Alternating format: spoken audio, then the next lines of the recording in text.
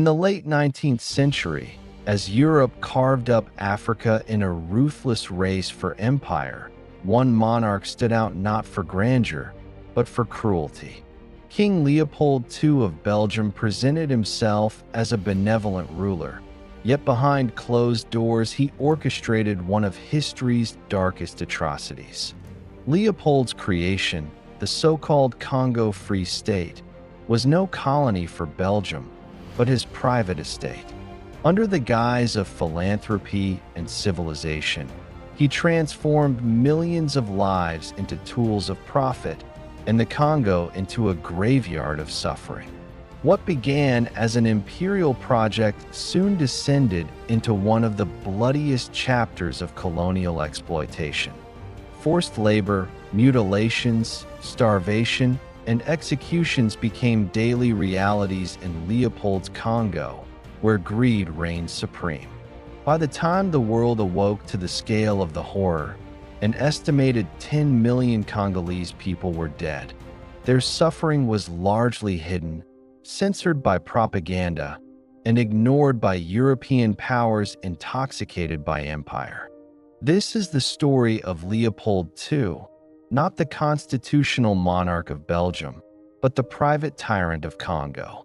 A ruler whose name echoes through history as a monster cloaked in velvet and crown. Leopold II was born in 1835, the second king in Belgium's short history. From childhood, he lived under the shadow of his father, Leopold I, a monarch celebrated for his wisdom and restraint. The young prince, however, would grow restless, longing for recognition far beyond the borders of his small European kingdom. Belgium, a newly formed nation after breaking from the Netherlands in 1830, was small, industrious, and ambitious. Yet it lacked the colonies that gave prestige to Britain, France, and the Netherlands.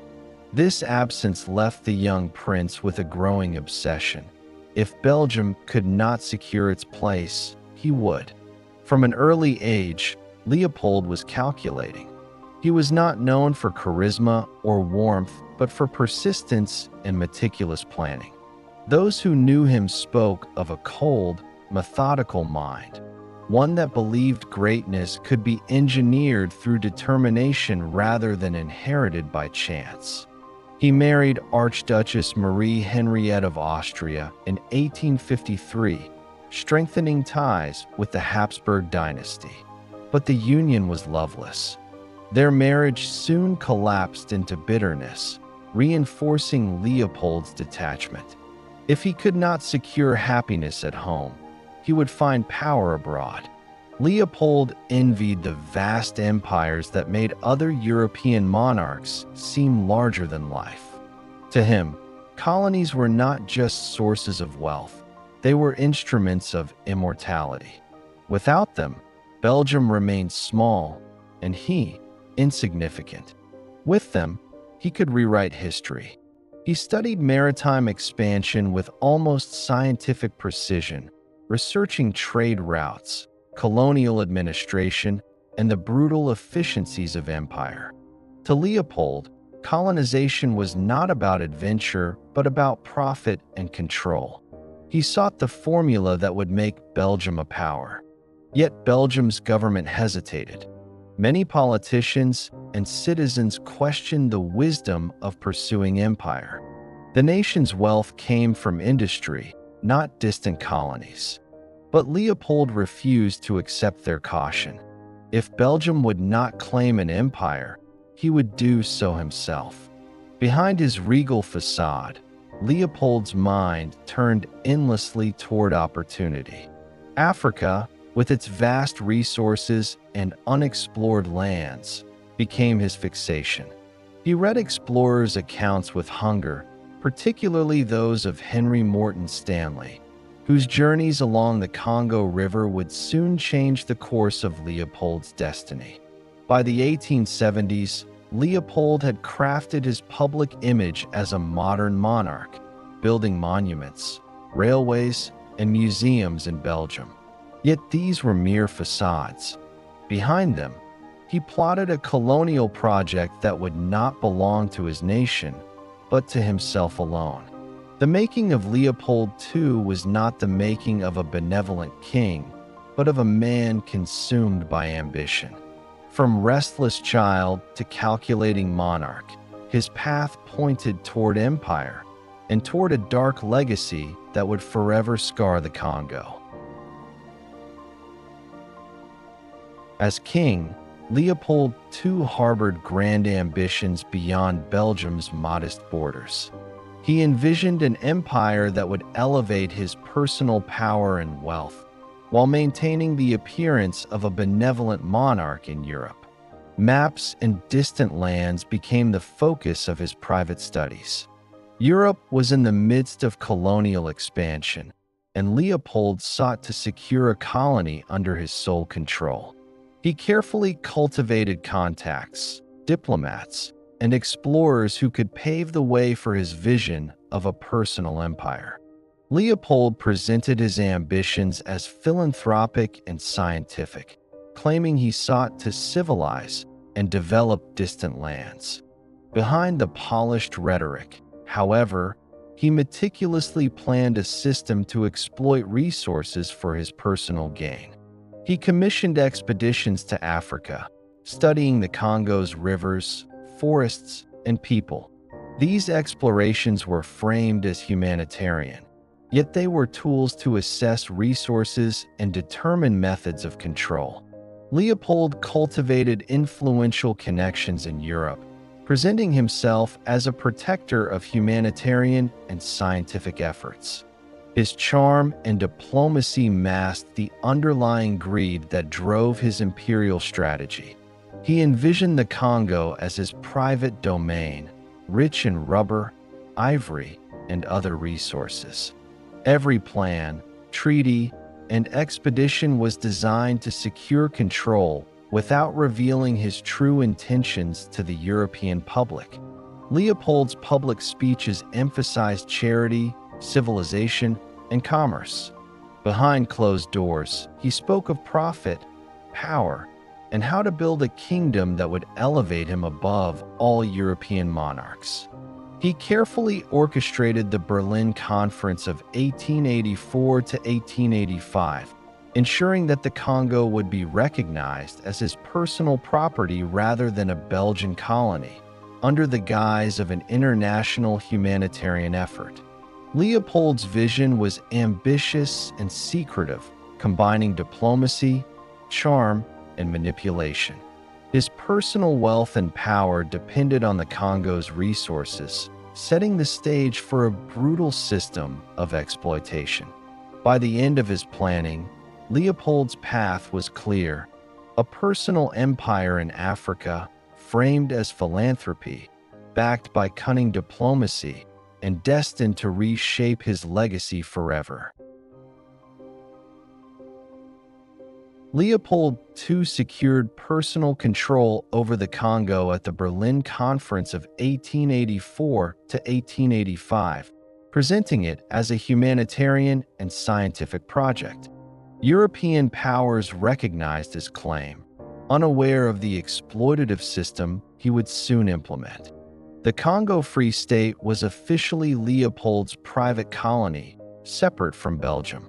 He ruled it with absolute authority, establishing administrative structures and appointing agents loyal only to him.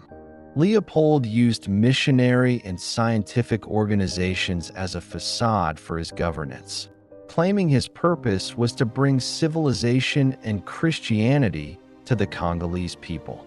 His agents quickly spread across the Congo, mapping rivers, forests, and villages while establishing stations to enforce his authority and collect information for future exploitation. Leopold's regime imposed strict laws under the guise of administration, giving his officials complete power to enforce rubber quotas and other resource extraction, creating a climate of fear. Rubber and ivory became the primary focus. Leopold's agents coerced villages into meeting quotas through violence, intimidation, and hostage-taking, ensuring immense profits flowed back to the king. The personal nature of Leopold's control meant no oversight or accountability. Reports of atrocities were suppressed or manipulated to maintain the illusion of a humanitarian project. European explorers and traders often acted as intermediaries, helping Leopold maintain the appearance of philanthropy while secretly enforcing extraction policies and reporting directly to him. The Congo Free State quickly became a realm of wealth for Leopold and suffering for the Congolese. His absolute power enabled him to control trade, labor, and local leadership with ruthless efficiency. By 1890, Leopold had transformed the Congo into his personal empire. The foundations were laid for the system of forced labor, terror, and exploitation that would define his reign for decades. The Congo Free State quickly descended into a system of terror where villages were forced to meet impossible rubber quotas under threat of violence. Agents of Leopold wielded whips and firearms to enforce compliance, ensuring absolute obedience. Families were separated, children and elders often held hostage to ensure labor quotas were met. Mutilations and executions became tools of control. Terror spread across entire regions. The local population was subjected to long marches carrying heavy loads through harsh terrain under extreme punishment. Missionaries and travelers documented horrific abuses, yet many reports were suppressed to protect Leopold's image. Women were particularly vulnerable, forced into labor and subjected to abuse to coerce men into meeting quotas. Resistance was met with brutal retaliation. Entire communities could be destroyed to set an example. The relentless extraction of resources led to famine, disease, and a catastrophic death toll among the Congolese population. By the end of Leopold's personal rule in the Congo, millions had died. The territory became a symbol of absolute exploitation and cruelty. Leopold II amassed immense personal wealth from the Congo Free State, collecting ivory, rubber, and other resources while the Congolese population suffered under forced labor. Every shipment of rubber and ivory flowed directly to Leopold, enriching him far beyond any European monarch. Leopold maintained a facade of philanthropy, building museums, public works, and charitable institutions in Belgium to mask the exploitation. His personal residences were lavishly decorated, filled with artworks, treasures, and exotic items sourced from the Congo. Reports of atrocities were ignored or hidden, ensuring Leopold's reputation in Europe remained untarnished. Belgian economy benefited indirectly from Congo resources, yet Leopold's personal fortune far exceeded any public gain. Luxury items from the Congo, including ivory statues and rare woods, adorned Leopold's palaces, showcasing the human cost of his wealth. Leopold's agents in Belgium helped maintain secrecy, creating reports of philanthropy, while the brutal reality of exploitation continued in Congo. Wealth and opulence fueled Leopold's ambition for further expansion and cemented his desire for absolute personal power. By the end of his reign in Congo, Leopold's personal fortune was astronomical, while the land and people he controlled remained devastated. Reports of atrocities in the Congo Free State began to reach Europe through missionaries, travelers, and journalists who documented abuse, forced labor, and mutilations. Activists and writers, including Edmund Dean Morel and Roger Casement, exposed Leopold's abuses through pamphlets, books, and newspaper articles. Public opinion in Europe slowly shifted as shocking details of brutality spread despite Leopold's attempts to suppress information. Humanitarian organizations and anti-slavery societies mobilized campaigns demanding accountability for Leopold's actions in the Congo. Leopold attempted to maintain a positive public image, sending propaganda and censored reports to European audiences. Photographs and eyewitness accounts depicting mutilated workers and devastated villages circulated widely, fueling outrage and moral condemnation. Diplomatic pressure began mounting as governments and influential figures demanded investigations into Leopold's rule. Newspapers and illustrated journals published harrowing images and first-hand testimonies, intensifying public anger across Europe. Leopold's propaganda could not contain the growing scrutiny, and international criticism threatened his control over the Congo. By the end of the 19th century, Leopold faced unprecedented global pressure, exposing the cruelty of his private empire and forcing eventual reforms. Mounting international pressure forced Leopold to respond to growing criticism over the Congo Free State and the system of terror he had established. Investigations led by Roger Casement and other observers documented widespread atrocities, including mutilations, forced labor, and mass deaths. Global outrage intensified as newspapers and humanitarian groups publicized the findings, leaving Leopold's reputation in Europe severely tarnished. Leopold attempted to maintain control by implementing minor reforms and replacing some administrators while publicly denying abuses. Belgian parliament and international actors began pushing for the Congo to become a Belgian colony, ending Leopold's personal rule. By 1908, the Belgian government formally annexed the Congo Free State, transferring control from Leopold to the state while maintaining resource exploitation. Leopold retained wealth and some influence, but lost direct authority over the Congo, marking the end of his personal empire. Former administrators were replaced with Belgian civil servants, and some reforms were introduced to limit forced labor, though conditions remained harsh. The international campaign demonstrated the power of humanitarian activism and exposed the human cost of unchecked personal power. Leopold's legacy in the Congo became synonymous with brutality, exploitation, and greed, a dark chapter in colonial history that would never be forgotten. Leopold II died in 1909, leaving behind immense wealth and a tarnished reputation. His life became a subject of controversy and moral debate across Europe. Historians and journalists documented his personal greed, brutality in the Congo, and the human cost of his empire. Leopold's lavish palaces, art collections, and charitable projects contrasted sharply with the suffering inflicted in Congo, highlighting moral contradiction.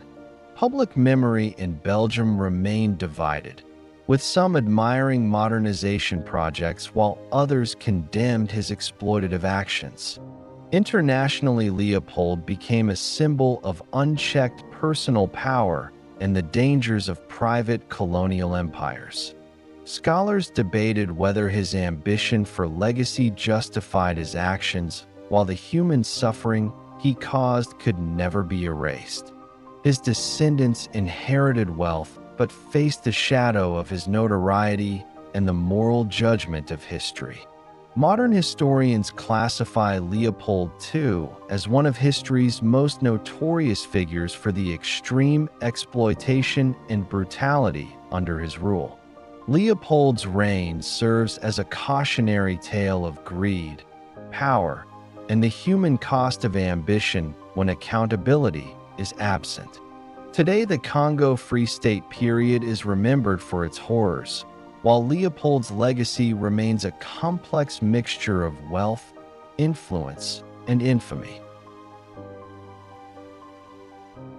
Leopold II's life and reign illustrate the extreme consequences of unchecked ambition and greed.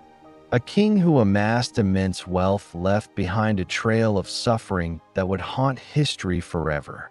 The Congo Free State became a symbol of exploitation, where millions of lives were lost for the personal gain of one man, revealing the dark potential of absolute power. Leopold's wealth and opulence cannot erase the horror inflicted. His legacy serves as a stark reminder that human suffering can be hidden beneath the veneer of civilization and philanthropy. Historians and moral scholars reflect on his reign as a cautionary tale. Power without accountability leads to brutality, exploitation, and a lasting stain on history. Today, Leopold II's story reminds us of the importance of justice, oversight, and humanity in leadership. The atrocities of the Congo are a testament to the consequences of unchecked ambition. If you believe history should be examined honestly, without heroes, without excuses, then you belong here.